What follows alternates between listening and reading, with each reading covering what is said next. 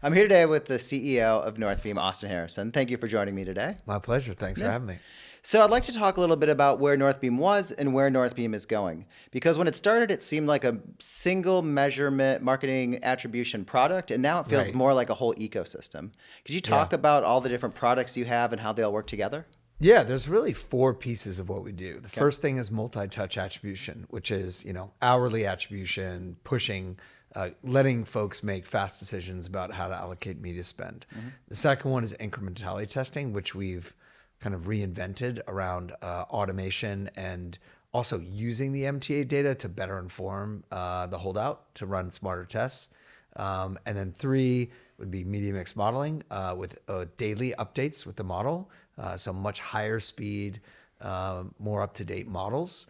And number four is actually where we started, which is AI. Our first domain name in 2018 that we purchased, or 2019, was northbeam.ai. So how do we use this great data, this proprietary measurement data and system that all works together? And how do we build AI on top of it, and obviously leverage existing models, build our own models and systems to help our customers. Excellent. And then talk to me more about Northbeam AI. What does Northbeam AI let you do? Well, right now it's really two things. One, we're rolling out extremely, what we like to say are intelligent alerts, right? So, hey, your meta, there's a few meta ads or some parts of your meta campaign that could be improved. And we go through an exhaustive process. So it's not just like simple rules and logic. We've worked hard to build a complex system to decrease the noise and increase the signal. So we want to be very mindful of when we alert you that it's high signal, right? And that's rolling out at the end of July, early August.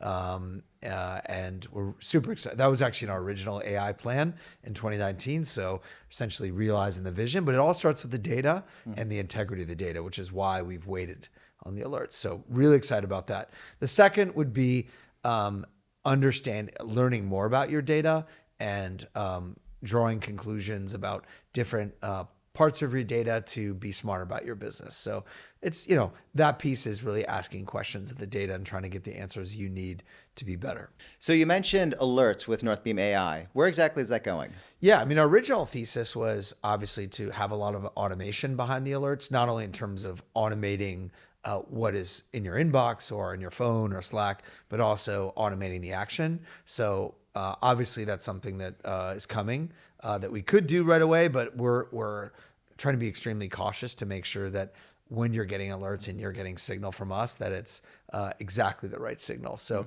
that will be a fast follow that's coming, obviously, but it's really important for us to be careful because making mistakes can be very costly. So we'll get there pretty quickly, but obviously automation is a piece of that. Yeah. Tell me why making mistakes or having to be so certain is such a key component to this. Yeah, you see a lot of people talking about automating everything with AI and automated media buyer, and people are getting a little overzealous on what you could do. Maybe if you're a very small company and the rules are very, very simple, it's possible, but even then dangerous. There's so many inputs. It's funny, I had a call with one of our customers just yesterday about this fact where a lot of times when you're a complex business, there's a lot of factors that go into increasing and decreasing spend. Many, many, many factors. It's not as simple as like my ROAS is here, spend more, or my CAC is here. There's a lot. It can be, Yeah. but oftentimes there's a lot of other factors. So our AI system is going to take into account a lot of those other factors when making the recommendations. It's not as simple as ROAS target. There's other Yeah. factors that go into it. And then are you seeing, is the AI making different decisions based on different industries because they don't all behave the same? And so you're ingesting all this Yeah. data. How does that work exactly? Yeah, I mean, it's a great question because every business is different. And so the set of rules that govern the way AI should operate for your business will obviously be different by business. The good news is we see a lot. So we can recommend rules and recommend a rule structure for a customer, and then we can obviously fine tune it for that business. Oh, that's really interesting. So Northbeam AI isn't some static, set in stone system that works the same for every company. It's dynamic and it's going to learn and it's going to be based on the needs of a specific company. That's right. Yeah, that's right. I think you're starting to see that evolve a little bit where the initial thought was like everyone would just use like the main LLMs and they would just do everything. And now, yeah, obviously there's vertical AI focus, right? So like, what can you? I think there's one investor talked about. There was refrigeration, and then there was Coca-Cola and all these other companies, right? So there's LLMs, there's AI models, and then what are people going to do with it? How are you going to create unique products that both leverage AI but also are custom to that unique business? Yeah. Is there anything else you want to say about the AI alerts? Yeah, just really excited about helping customers. We've already floated it by just a few, and they're super excited to get it. Obviously, getting signal in a noisy world is useful as long as it's smart signal. So yeah, really excited. So you mentioned MTA, and one specific component about MTA is clicks and deterministic views. Right. I know this is a model that was recently launched. It's really exciting. Tell me about CDV and how it relates to MTA. Yeah, clicks and deterministic views is something we created at Northbeam, and maybe funny quote is that people are trying to copy the term clicks and deterministic views and invented at Northbeam. But the idea is basically to say, hey, you view a bunch of things online these days, and with Instagram, reels have taken over feed, right? So video and views are more impactful than ever. Not everyone is clicking and buying right away, right? Yep. And so Northbeam has worked to develop unique technology to look at cross-platform views and attribute them across platforms. So you view something on Meta, you view something on TikTok, you view something on Snapchat, you view something on AppLovin, you view a connected TV ad on Vibe TV, which just got acquired by Walmart, who we work with, or Mountain TV, and then you convert.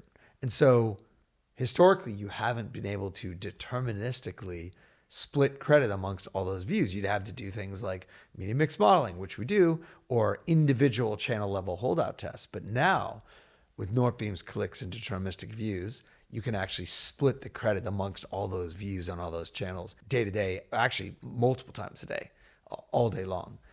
Which could be extremely impactful during a sale period. Yeah. You're running connected TV. You want to know, is it working? Is it driving revenue, right? Or maybe I'm running on Meta and connected TV, and they're both, where Northbeam is then splitting the credit between those two as you're trying to pump and drive revenue in a big push for your business. So you don't have to wait for an incrementality test to be done. You don't have to wait for a model to update. You could just see it live, which is exciting. Talk to me about how are you seeing media buyers or brands leveraging the clicks and deterministic view data? Like, what decisions are they making differently? Here's something hot off the press that we saw yesterday. We just finished an incrementality test for a company, for one of our customers, and the incrementality test said that the CAC, new customer CAC, to the cost to acquire a new customer was $37. Our clicks and deterministic views model said it was $38. The in-platform cost per new customer that they reported was $8. Wow. Okay. But what's exciting about that is the incrementality test and our clicks and deterministic views model line up. So that means if you're making intraday decisions, you're like, wait a second, the clicks and deterministic view model really matches the incrementality. So now you can really move fast. Maybe you don't have to test as frequently because now you've kind of calibrated it. Yeah, that's exciting. So we talk about calibrating your MTA data with incrementality tests. Right. Talk to me, since we're on the topic of incrementality. Yeah. Incrementality is kind of like taking your medicine to some degree, in that there's going to be side effects, and the side effects for incrementality is that you've got to actually reduce spend, which means you might end up reducing revenue. So I'd love to know why this ability to make daily decisions on clicks and deterministic view that matches incrementality data, why that's so important, and why it seems to be a method of proving causality without actually having to, quote unquote, take your medicine. Yeah, part of the advantage of using Northbeam MTA data to create your holdout is we have such precision around the purchasing pattern by DMA, so by location, and we understand the conversion lag better. So therefore, we can hopefully, a lot of times, reduce the size of the holdout, which reduces the need for your spend to be lower, right? Because now we have so much granularity about the way people purchase by region, by platform, by the hour, that we can now be really clever about reducing the amount of the holdout, which then means you're still spending, right? Yeah.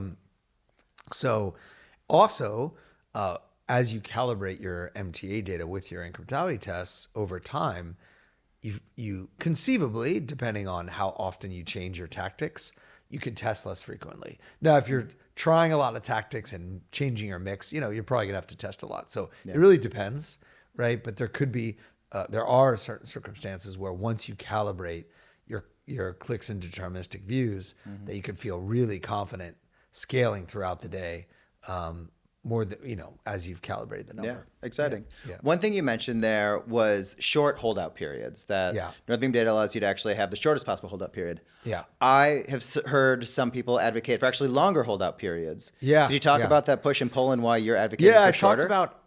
talked about how it's really dumb just to blanketly say, let's just run long forever. Now, there's exceptions, of course. Sometimes you want to run really even longer ones. I mean, there's also the argument you could have an always on incrementality, right? Which is, you can make an argument for that at times, right? It's quite interesting, but it all depends, right, on the channel and the conversion lag, right? So, leaving it always on is interesting at a really low level to get signal. Sometimes running a long test, if you have a really high OV product and it takes a long time for people to buy, that makes sense, right? Yeah. But also depends on the channel. Like if it's a demand capture and it's like a quick conversion lag for that channel, you don't need to test as long. So to say you always have to it doesn't make sense. Yeah, oversimplifies it. Oversimplifies Yeah. it. Yeah. Is there anything about our MTA product that you'd like to highlight? Yeah, I mean, I just think one of the things we do is we remove bots and spam, and we work really hard to do that. In an AI world, that's important, right? When we've had customers get bot attacks and spam attacks, and that's something we work to filter out. So that's one we don't really talk about that too much, but it's it's an important part of what we do. I mean, if you think about like how impactful that is to marketing decisions and budget allocation decisions, when you've got numbers that don't kind of match what you're seeing in the revenue side of things, and you're left wondering like, why is this the case? Yeah, we're also rolling out data health alerts as well, like very sophisticated alerts that will monitor the health of your data. That is something that's it's already internally operational, and we're rolling out for customers in the next few weeks, where we are monitoring the health of their data, which is obviously important. I mean, we found with huge customers, like customers doing many billions a year in revenue, when we onboard them and we start monitoring their data health, we found like huge mistakes in the way that they're Really? working with their data, and they're very grateful, but kind of shocked. So monitoring data health in an AI world, extremely important. I think that's something we take a lot of pride in at Northbeam, is to really almost like we're like a bank, right? We have to be extremely careful with our customers' data and be secure, safe, careful, monitor the health of that data, and work with the customer to make sure that the data is healthy. Tell me why data health, data accuracy is so important in this space. I mean, we can tell that the world's moving faster and faster all the time. There's more channels, right, popping up all the time. Vibe TV, that is a connected TV platform that just got acquired by Walmart.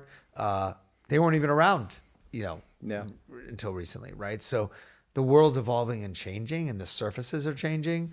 Obviously you have glasses emerging, like smart glasses.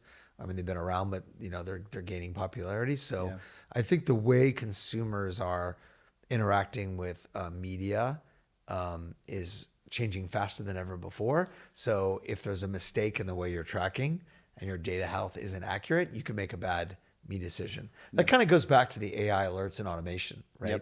Is if you're not careful, you can make some bad mistakes, right? Yeah, that makes sense. Tell me about profit benchmarking. Why is that important to me? Yeah. One of the things that we built at Northbeam are what we call profit benchmarks, where we analyze your business over time and figure out what is the green, yellow, red. So what is the optimal ROAS or CAC target that we like to see throughout the day for each platform and each tactic. So the goal there is for the executive team to very quickly be able to understand, are we performing above or below? Even if you're calibrating with incrementality, so you've got another way of looking at your performance, your MTA, it's still nice to have that rough benchmark to see, are we in the ballpark of where we need to be? That way it just gives you some confidence, right? So if you're way above your profit benchmark and you're incremental and you've calibrated your number, it's probably time to scale it, right? Yeah. And that's the situation where AI and alerts can really take over and help push things ahead. So then on the profit benchmarking, if you're seeing this opportunity to scale that perhaps the media buyer isn't doing, how do you see companies using that information? Is it like the executive all of a sudden gets an eye on it and like taps the media buyers, the media buyer using this proactively to say, look, I've got data, like we need to spend more money. They take it to the CFO, like unlock that budget. Like what's kind of the use case there? I mean, one of my favorite stories is two customers were talking about our numbers without us, right? And one customer is new. They're very big, a health and wellness company, and they're one of the top sellers on Amazon, and they were new on Northbeam. And another customer logged in and looked at their Northbeam hourly MTA data from Meta in January, which is obviously a big month for health and wellness, right? Yeah, makes sense. And he was like, whoa, your number's so high. Like, this is a great number. You're well above a benchmark that we ever hit. And they're like, well, we don't really understand the data yet. We're not sure. And then the next day they went crazy and just ratcheted up growth on Meta and had their best month ever, including profitability, by the way. Yeah. So it's kind of getting comfortable with your numbers so you can really push is really the key, right? Yeah. If you look at all the Northbeam customers that scale the fastest and most aggressively over time, they know their numbers. They don't hesitate. Yeah. They lean in. They're testing our numbers and calibrating the numbers and just really pushing. How close are you seeing finance and marketing working hand in hand when those decisions come up for a brand? Yeah. I think it's super important for CFOs and CMOs to be aligned, right? To have a real clear and that's what we're trying to do at Northbeam, really, is get the CFO and the CMO and the CEO all looking at media in the same way, in a simple way. Yeah. So profit benchmarks, clicks and deterministic views. Are we driving revenue today? Do incrementality testing to validate those numbers. Use media mix modeling for things that you can't easily measure, like out of home, or like the Super Bowl ad we measured for Hexclad with Gordon Ramsay and Pete Davidson. So getting the executive team aligned on how to look at things, both on a hourly basis and a quarterly or yearly basis, is really important. I'll give you an example. We have a customer that in the health in the supplement category, and of the money they spend on Meta on a click basis, not even including our clicks and deterministic views model, 23% of the revenue they generate on Meta takes over 1 year to generate. Wow. So think about that from the CFO. So you're saying we just spent, $10 million this month on Meta. 23% of the ROI on that $10 million this month is going to take over a year. Wow. Which is a crazy concept, Yeah. right? It's like, and so getting CFOs, and Northbeam was also the first company to launch accrual and cash, right? So we do accrual accounting for marketing, which means that when that money comes in for that 10 million over a year from now, in accrual accounting, we'll move that revenue all the way back to this month. Yeah. So that now all of a sudden that month looks 23% better after a year, right? So we accrue the revenue. And then if you look cash, obviously you're just going to money in, money out, right? Yeah. So that's an area where CFO is like, oh, wow, that's cool. We can look at things on both a cash and accrual basis. Do me a favor, let's dive a little deeper into the cash side of it and the accrual side of it, because it's this concept that like it seems really easy to grasp and get your head around, but it is this like financial kind of side of the marketing that I don't think a lot of marketers are necessarily like thinking about on a regular basis. So why should they care about accrual versus cash? And what exactly are the differences? Really simply, and this goes back to like getting the CFO and the CMO on the same page, right? Which is that most platforms all platforms really report cash, right? Okay. Cash in, cash out, right? So it's very easy I'm very sympathetic to a CFO who's like, wait a second, we spent 10 million on Meta in July, right? And they look at the end of the July and they're like, we just made 12 million bucks in revenue on a cash basis from Meta. Like, let's just say you're looking at it in terms of Meta. They're gonna be like, it's okay. But if they understand the concept of accrual to say, wait a second, we're going to get 23, and that's over a year, but also over the coming months, we're going to accrue. All those people in our pipeline are going to eventually convert. Yep. And then when we look back on July, many, many months from now, we're going to see maybe 20 million of revenue. Yeah. So now we just made double our money. It just took a while. Now, CFOs also have to manage cash, so you got to be careful there, right? That doesn't mean you just spend anything, but it's very important to understand that you can't think of a month as a month. Yeah. A month has, when you spend in media, it accrues, right? A good example would be customers that over-index on last click, over-index on cash. They're under-indexing on building the funnel for the future. So even though the current month looks great, Yeah. new customer traffic is down. They're not filling their pipeline of new eyeballs. They're not building their brand, right? So eventually the business will tank. Yeah. Talk to me. You bring up an interesting point here. Talk to me a little bit about how Northbeam helps you identify the difference between a returning customer and a new customer, how we can get more up funnel, how Northbeam can help you make decisions to attract those new customers, because that's what most companies want is they want, new customers. They're more expensive to acquire, but it's a lot easier to get a current customer to be a repeat purchaser. No, I got you. Yeah. Our co-founder and CTO, Dan Wang, did his honors thesis in AI at Stanford in 2012. And he focused on identity resolution and mapping in his honors thesis. In terms of identifying new versus returning customer traffic, which is critical, right? Because there was one time where another analytics company you would know was saying that a customer is getting 98% new customer traffic from a platform. Northbeam said 73%, right? So that's a big difference. Huge difference. When you think about building the funnel and like ROI on your investment. And that's because we built a system, understand the difference in a new and returning visitor to the site, which is a, leading indicator, metric of funnel health. Okay. Makes sense. And we worked really hard investing in that technology to make sure we're doing the best at that specifically. Let's talk Northbeam Apex. Okay. Seems like a revolutionary product, a revolutionary way to feed data to the ad platforms themselves. Talk to me about it. What is it? What does it do? Why does it matter? Yeah. Apex started a few years ago. It started when we initially were working with Meta on this. Meta announced two companies around, they call it Passback, where a third-party attribution provider like Northbeam would send data back to platforms to allow their algorithm to learn. And so there's an ad with Austin. There's an ad with Susan. The ad with Susan is doing better than Austin from Northbeam's perspective, but from the platform's perspective, they're the same, right? Yeah. So what if the AI ad serving algorithm on the platform side could learn that Susan's doing better than Austin, and all of a sudden optimize their delivery based on the performance we see, right? So we're not sending user data, we're just sending performance data around which ads are performing better, which helps the algorithm learn, obviously, right? And tell me why Northbeam would say one ad's doing better than Meta. Like, why would Northbeam be able to identify that?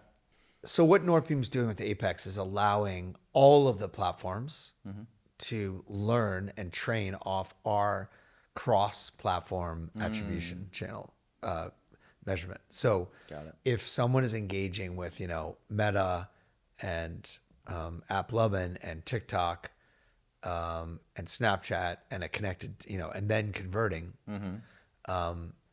we want to help all of those platforms understand that they're delivering, in that case, 25% of the return on investment that they think they are, right? Because then their algorithm can learn and help deliver a result for the business that's indicative of that cross-channel involvement. If that does that make sense? Yeah. I'm going to put out an example. Let's tell me if this is how you would describe Northbeam Apex. So you've got Meta, which can only see Meta, can't see outside other platforms. And they've got an ad, call it the Austin ad. Sure. And it's converting really well. But maybe it's converting current customers. Maybe it's very bottom of funnel and it leads to a purchase really quickly. So it's putting more money behind there. But it seems more short term. Right. Where maybe Northbeam has that Susan ad that's a little more top of funnel. Maybe it appeals to new customers. And Northbeam's able to determine that, like, this is actually a longer term play to run this ad. It's going to fill that top of funnel. Is that how you would describe it? That's a great example where we can not only talk about attribution, but also new customer. So we do that with the platforms that we're working on with Apex now, which is we also send them the new customer information for that exact reason, right? Where you want to avoid over retargeting your current customer base. You really do want to hit new customers. So that's another piece of data point that we'll send to platforms. Yeah. Yeah, I mean, Apex is an exciting milestone for the company where we can put Northbeam attribution data in the hands of all the platforms, so their algorithms can do a better job of serving our customers' needs. Yeah.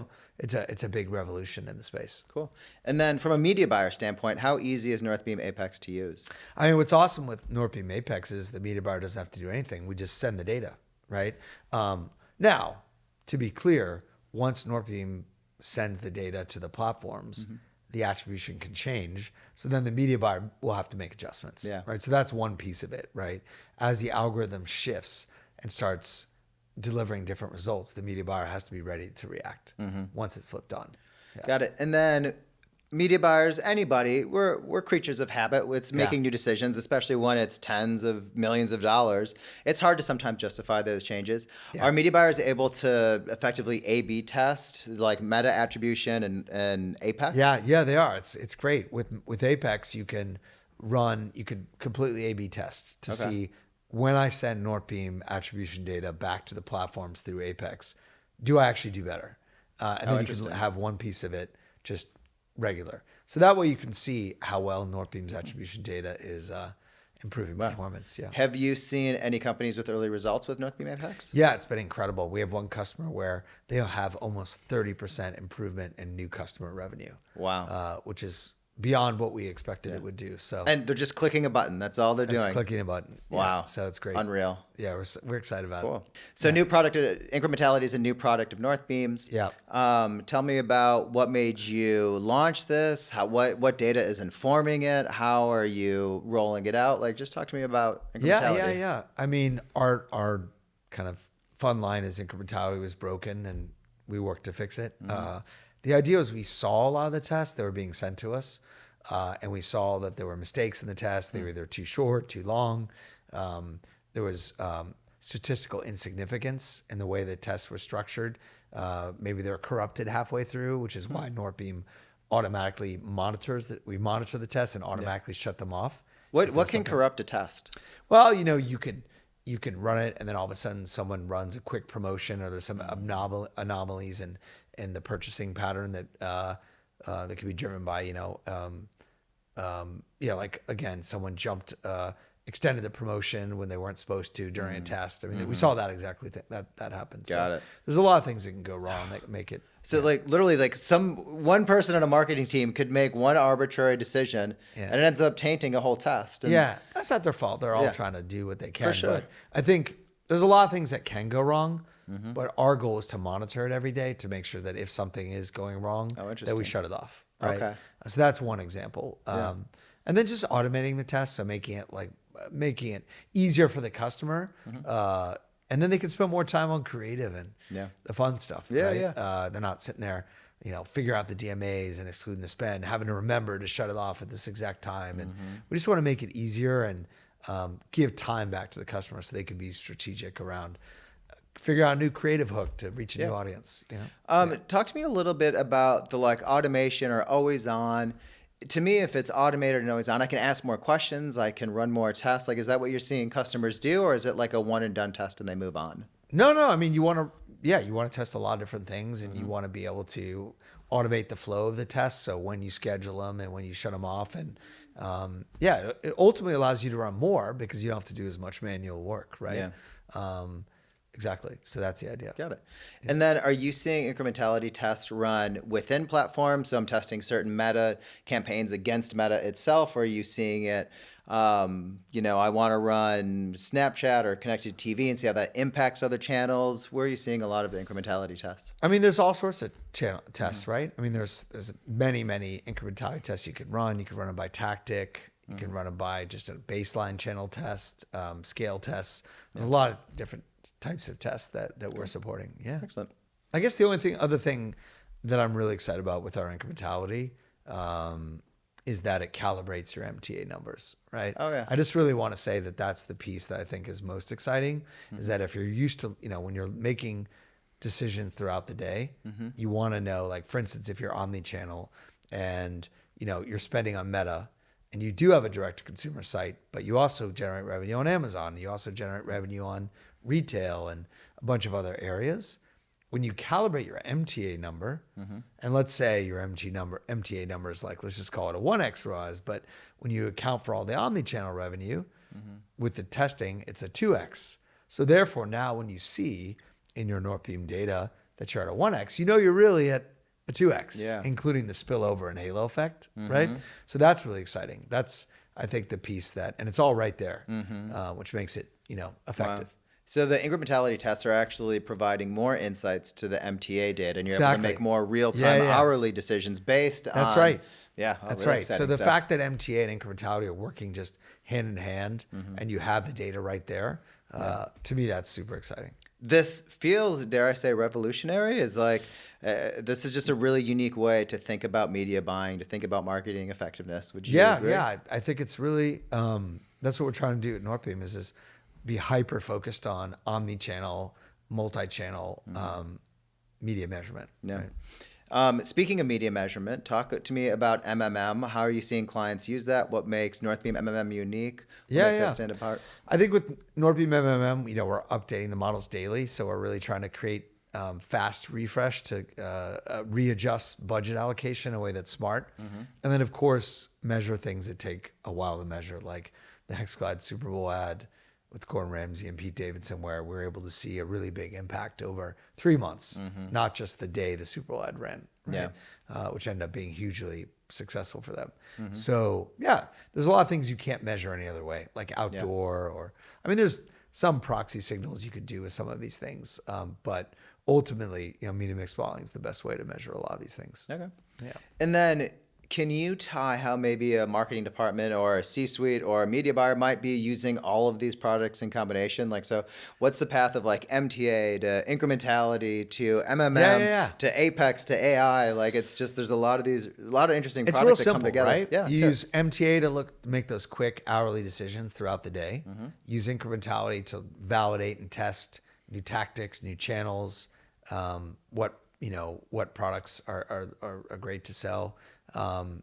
And you use that incrementality to calibrate the hourly, and then use MMM for really hard to measure channels, right? To get another, and also stress test the MTA and the incrementality, get another lens over, let's call it 6 months. Like what is the impact of, influencer over 6 months, right, on the business? That's a great thing to do in MMM, right? Cool. So you have each, and they all work together, right? And you're looking to see how media is performing in all those three lenses. Got it. Yeah. And then if you're a media buyer, you're a consumer brand, like what are the biggest problems that you would say Northbeam solves? Like what do they come, they're like, oh, I just have this one pain point and we're able to come address it. What are good examples? Or like who should reach out to Northbeam? Yeah, it's, CEO, CMO, CFO, anyone who, when you want to get aligned around how are we spending our dollars and how are we growing, which for most companies is critical piece. Really almost all, you could say. If you're investing in trying to figure out a way to grow the business through marketing, you kind of want to know, even organic marketing, what is the impact, right? You always want to know what's driving the business. Organic content, like stuff, not even ads, just the content. Is it driving new customer traffic? Is it building our funnel? Is it having a causal impact on our growth? Yeah. And then Northbeam cut its teeth in the D2C space. Tell me about why that was so essential and kind of where Northbeam is headed now. Yeah, we started in the pure direct-to-consumer space, and now obviously we expanded to omni-channel folks and people that are in storage and a lot of different areas, different businesses. But what's great about learning and growing with really smart D2C operators is they're really granular, really savvy. They move fast. So you learn a lot by supporting those customers, and we love those customers, and they give us great feedback, and it's kind of a team effort. And now we're expanding our offering at Northbeam to all businesses that just want to measure the marketing, right? So, but we've learned a lot from working with those folks, and still do today. They've got great ideas. Would you say some of the more established companies that Northbeam is working with today are actually taking a page from that D2C oh, for sure. space? Yeah, for sure. Yeah, the bigger established companies. There's some that are obviously super savvy, but there's a lot that are excited to learn from the new generation of folks that are very let's call it scrappy. Yeah, Right? yeah, Which is good. it's I say scrappy, scrappy in and a they good way. didn't Yeah. have a shelf to sell a product on. Like the Yeah. shelf was literally Meta. And So, every dollar counts. uh-huh. Like they're watching their dollars, right? Yeah. So when you work with customers that are being just super careful with the dollars, bigger companies, they would like to do that too, right? So you talk to the CFO to be really, they're like, Yeah. if we can grow, 20% faster, spending, 30% less money, they're going to like that, right? Yeah. And so we can apply the technology we built to help these bigger companies do that. One of the things that we've kind of like gone back to over time throughout this conversation is we keep mentioning the CFO, which Yeah. feels interesting in a Yeah. marketing, product, because usually you're talking to other marketers. And I'd just really love to hear you talk more about why Northbeam is such a powerful tool for CFOs Yeah. specifically. Yeah, because CFOs want clarity and confidence around marketing spend and marketing investment. We give that to them. Yeah. And, there was one CFO of a very big company you would know, this customer of ours, and he goes, I think we just completely shut off meta spend. Right? I said, why? He goes, look at our organic, because, Northbeam will report revenue from organic Instagram as well. And they were doing millions a month, many millions a month. They're very successful in their organic. I said, I hear you. I understand. And then we showed him the relationship between paid and organic and how they work in unison through Meta, and how explosive, how clear it was that they're causally related, like the two. Yeah. And he's like, oh, I see. Yeah. Okay, I get it. Right. And he understood. Yeah. So that's an example, right? We're able to give that clarity to a CFO. Yeah, it's And interesting. those are good questions. Like, I get it. Like, if they're seeing tons of organic revenue, they may say, well, why do we even need ads at all? Yeah. Right. But they work together. Yeah. So that's and it's interesting because Northbeam doesn't really have like a bias. Like Northbeam doesn't want you to spend more or less money. They want you to spend money more effectively. And so it's a really interesting position to be in, where maybe if you ask the ad platforms themselves, they're going to say, no, of course you need to be spending more money. Or if you have someone who's paid based on how much you spend, they're going to want to say you spend more money. Whereas Northbeam is indifferent. We're not connected to ad spend at all, right? Like for us, we're just a data provider and data cleanser and measurement company. So we don't care how much our customers spend, but we do care very much that they spend it wisely. Yeah. Right. Because I tell everyone at the company, you should treat each customer like, when you see them operating, like it's your own money. Yeah. Right. So that the Northbeam folks are dedicated to making sure our customers are spending wisely. That's really important because we're not incentivized by ad spend. We are just, like I said, a data company. We charge based on data volume. So, we're not going to push anyone. And, it's really an ethics thing. Like, we feel that's part of our values, that we're independent and neutral, and where our goal is to be. We don't have any bias towards any platform we work with all the platforms really. And so for our goal is just to be fair. Fairness is the key. Fairness and profitable growth. And we take it super seriously. So, yeah. Why did Northbeam build CDV when everyone else just reports clicks and then just trusts the platform numbers? Yeah. Clicks and deterministic views is something we're incredibly excited about at Northbeam. That's a term we coined and created at Northbeam because we're so passionate about the fact that we're moving towards a view world, right? If you look at Instagram, Reels have taken over feed. And so we realized, like, wow, we really want to be able to measure views, but not just on one platform, across many platforms as the world moves towards that space. And wanted to be able to do it quickly so that people can move fast, right? Not just through incrementality tests, not just through media mix modeling, but throughout the day. Like, I'm viewing something on Instagram, I'm viewing something on connected TV, and then I buy. We want to be able to split that credit 50-50 during a sale period during the day, so our customers can confidently and aggressively scale the budget, right, to grow. So yeah, really excited about it. Walk me through what deterministic actually means. Yeah. Why is that such a key component? Yeah, when we developed the concept of a deterministic views, we went back and forth with what to call it. And eventually we landed on deterministic because we were like, we want to say deterministically that someone viewed this first ad, then viewed a second, then viewed a third on different platforms, and then purchased, and we can not model, but deterministically say that those three views led to a conversion. Right? Oh, interesting. Right. And So what's a modeled view? What's the difference between a deterministic view and a modeled viewed is you're looking on an aggregate, right? And saying, we're modeling, assuming based on statistical modeling to say that, we think these views led to these conversions. There's Got it. some media mix modeling companies out there that do some silly MTA like modeling to say that, to try to replicate that, but it's just absolutely not accurate. That's why we came up with the concept of deterministic views, where we're looking at the data in a clean room, we're understanding what happened, and deterministically saying someone bought after viewing these 3 ads. Got it. Do you have any examples of a brand switching from a clicks only view to the CDV view where they saw a dramatic difference? Yeah, one of the most exciting case studies and examples with clicks and deterministic views is a big cosmetic brand where we were looking, when we flipped on clicks and deterministic views, which we call CDV, and their number one performing campaign is a brand campaign. Oh, so it's not even performance related, which is shocking. So that unlocked the fact that they were spending on it just, hey, we got to build traffic, we got to build awareness. But all of a sudden, it was something like a 2.5 ROAS around there, rounding, it was a 2.43, I think, and that was incredible, right? Yeah. Because now they're like, wait a second, we thought that was just kind of like a long-term brand building effort. It's actually driving revenue. Wow. We just couldn't see it with clicks.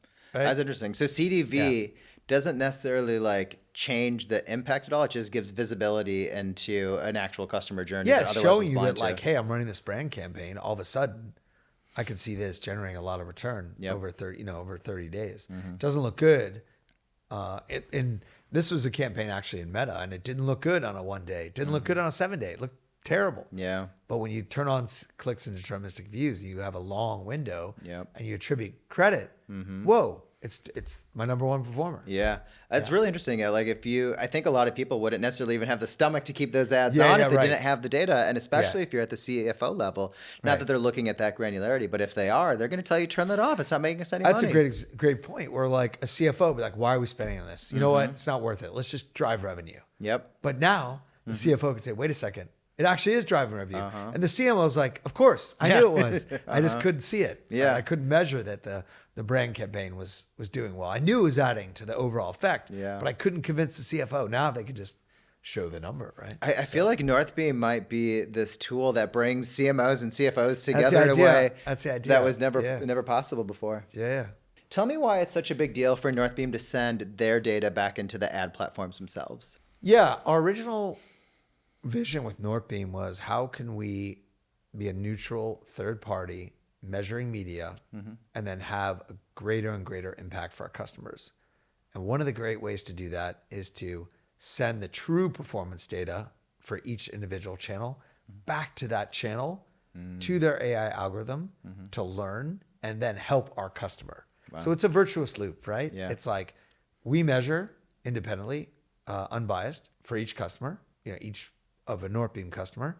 Then we send performance data, okay, not user data, performance data, like which ads or which marketing efforts are working, back to all those different platforms so they can be more, or their AI algorithm can be more intelligent in what and how they serve, so they can perform better. And it's a real critical piece in the ecosystem, right? Because all of a sudden, the AI algorithms for all those individual platforms have way more signal. Oh, yeah. Yeah. So, yeah. What happens when a platform is optimizing on the wrong signal or on the wrong ad? Like, what we're excited about with Apex is all of a sudden, when platforms can more quickly understand what is working and what isn't on a creative level for our customers, they can more quickly improve the ad serving, which then improves performance, right? Because if the platform doesn't know that a particular ad is bombing for one of our customers,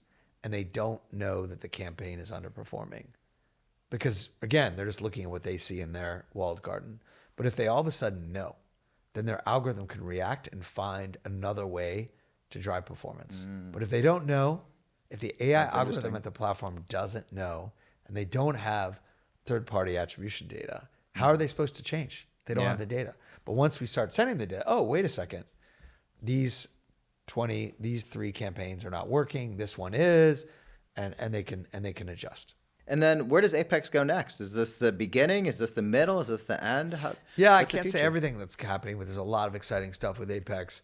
One of the things is sending more interesting data to the platforms, which we'll announce soon. Exciting. So AI is kind of a buzzy term right now, and you've got a lot of companies that are slapping AI onto their product Yeah. and saying, Yeah. we've got this AI. Like, what makes Northbeam AI actually different? In today's world, obviously, you've got most folks, offering up MCPs, which we offer up, and you've got folks connecting directly to, LLMs. But I think my belief is the companies and individuals, hackers, that are able to build unique vertical systems leveraging AI systems or LLMs are the ones that are going to be the real winners, right? The folks that are able to say, hey, like there's a lot of LLMs out there. There's open source models. There's the ones in America we know, and the idea is like, how do I leverage all those systems to best serve our customers, Yeah. right? Because our job at Northbeam is to build systems that are best for the customers. And that means experimenting with a lot of tools and building custom tooling in AI to help our customers grow. It doesn't mean just like, we can just send Northbeam data through MCP and the customer could do the work. But we could also build unique AI systems based on our unique expertise to help our customers do better. And then A/B test it, right? Yeah. Like you can have your own in-house whatever you built, and then you can use Northbeam's AI and you can compare. Yeah. And so, that puts the pressure on us to build unique AI systems that are useful for our customers. No. Would you call Northbeam AI a media buyer that never logs off? I would call Northbeam AI a vertical AI system that is uniquely structured and tailored to help understand how to best spend your media dollars and monitor your data through the lens of marketing, right? There's other ways you can obviously use the data. You can look at fun, things outside of just pure marketing. You could look at, finance, like what is, the most profitable product to sell, right? Which, you say is still marketing, right? Yeah. But it's a finance lens. But what we're trying to do is be so hyper-focused. Maybe you've heard the concept of agents working together, but our agent is to be really useful for the marketing team, right? And be hyper-focused on the best tooling. And so maybe, someday when you have our agent working with many agents, like coordinating, but our goal is to have the best marketing data that's the most accurate, and to have systems and tooling around it to make it, I view an agent like an employee, to make a really smart employee that other marketing executives can then interface with as like another employee, right? But that is so hyper-focused on this one area that it has unique advantages. Interesting. And then AI has been quietly powering Northbeam since its inception. You even said that the original website was northbeam.ai. Yeah. What was AI doing behind the scenes before this kind of AI explosion the past few We're years? always trying to learn how media impact. We've always been quietly in the background learning and training and trying to understand how does media affect business performance, right? Broadly on a channel level, and experimenting with a lot of different systems to do that. So machine learning has always been a part of since day one for us, even with our model views, which we also do to understand the impact of media. We're always trying to move towards a deterministic world, which is why we created the clicks and deterministic views model. But machine learning, AIs, it's always been in the background trying to learn how media affects business performance. Yeah. Why did you say, earlier you said incrementality was broken? What was broken about it? Some tests we'd received from customers from various vendors were okay. Some were just flat out wrong. Some were what I would call inconclusive because they were not run for enough time or too long, and therefore they were kind of wasteful, right? So I think we just kept seeing the mistakes in the way that the tests were being run, and we had thought about doing incrementality many years ago, but we just wanted one step at a time, right? So I think it's really been nice to see we've been observing, and now we've come in with a solution that kind of leapfrogs the existing technology stack. And what does it mean to be, you said it's automated incrementality testing. What does automated mean? When we looked at incrementality and we thought, how can we help our customers better? How can we build something that has never been built before in incrementality that serves our customers better? Yeah. And after observing what was going on, we realized we could do it. And we spent, a long time trying to figure it out. Now we're finally launching it. So, yeah, exciting. And then talk to me about the automated portion of incrementality. What exactly does automation mean? Some of the times where we saw incrementality tests go wrong, it was human error. So when they're executed by humans, there's obviously always a probability of human error. So we're trying to take out that busy work, that uploading the DMAs, managing the spend, and just making it easier and automated, so that people don't have to worry about, oh shoot, I need to remember to shut that off, or something happens to that person, they're busy or get sick. All those worries go out the window, and that allows and that's what we're trying to do with Northbeam AI. We're actually not trying to replace humans at all. What we're trying to do with Northbeam AI is create so much automation and clever analysis that it makes the humans more powerful, right? So maybe that's my hot take on AI, which is that I believe that Northbeam AI is geared towards making humans more efficient so they can spend more time. That was actually our original thesis. Yeah. And literally 2017, when I was thinking about AI, was how do we use AI so that businesses can focus on product innovation, creative. And so how do we help all the marketing people and be more powerful than they are today, so they can really do really the fun stuff, which is be more creative, work with their product teams to think about, how do we market a new product and make it interesting? Yeah. Why is it so important that incrementality calibrates and informs MTA and MMM?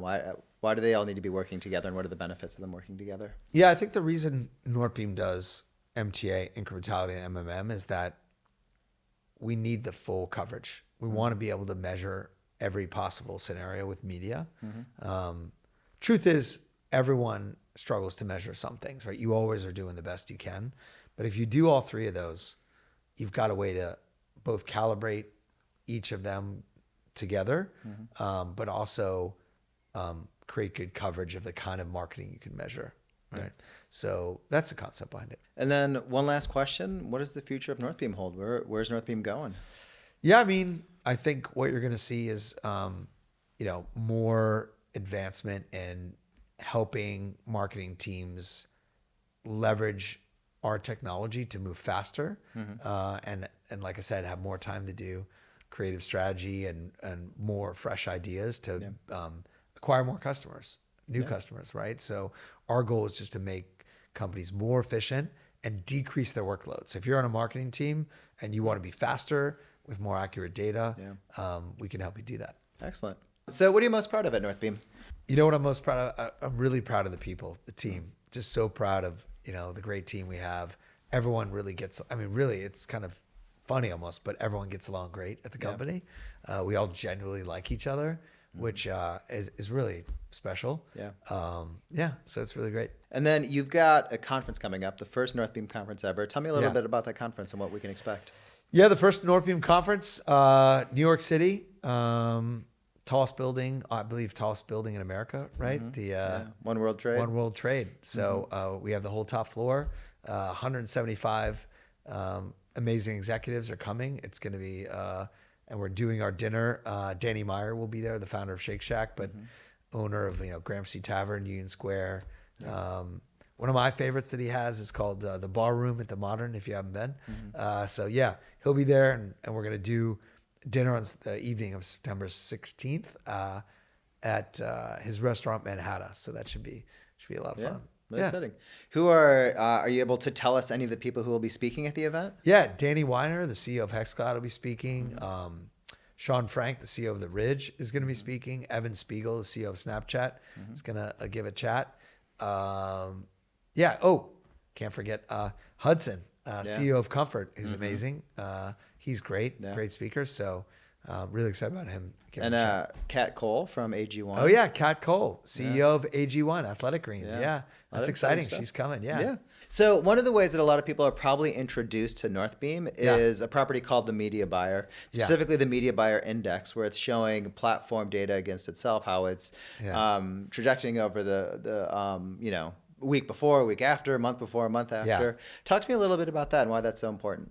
The media buyer is, and you can sign up for it. It's free, right? You go to northbeam.com Yeah. or .io, either one works. And you can sign up it for free. And every week in your inbox, you get an index of where people are spending on channels and the kind of performance they're seeing. I believe it has well over 100,000. Oh, yeah. Oh, easily. What's our subscriber number now? Yeah. What is it? Oh, I'd hate to. It's probably about 150,000. 150,000. Wow. Uh-huh. I've been quoting the wrong number. So, Yeah. yeah. 150,000 people. It includes CEOs of companies doing, 10, 20 billion a year. I bump into them sometimes. They say, I love the media buyer. I read it every week. I'm like, really? Oh, I'm like, exciting. I'm proud of you. You're in the weeds. Yeah. So the media buyer is awesome.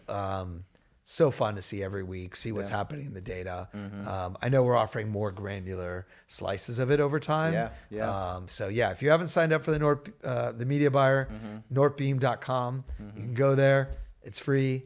Highly recommend it. It's also worth following Northbeam on all the social channels because yeah. we're taking even deep dives on specific elements of the media That's buyer. true. Yeah. And just giving different insights, Yeah. especially on Twitter/X. Yeah. At we get- Northbeam on X, Yeah, right? We're yeah. at Northbeam. Yep, at Northbeam. At Northbeam And on X, yeah. I know that a lot of people will post data, they'll post something they're seeing, and then we actually go to our data science team and they pull Yeah. the data across all of our different brands. We cut it up however it makes the most sense and then share it with the audience. And so it really adds to the conversation. It really gives insights that otherwise they were blind to. Or the Northbeam YouTube channel, right? Yeah, yeah, so much cool Northbeam. stuff. So yeah, good stuff. And then Instagram, of course, too. Yeah. So, yeah. Do you want to talk about hot takes at all?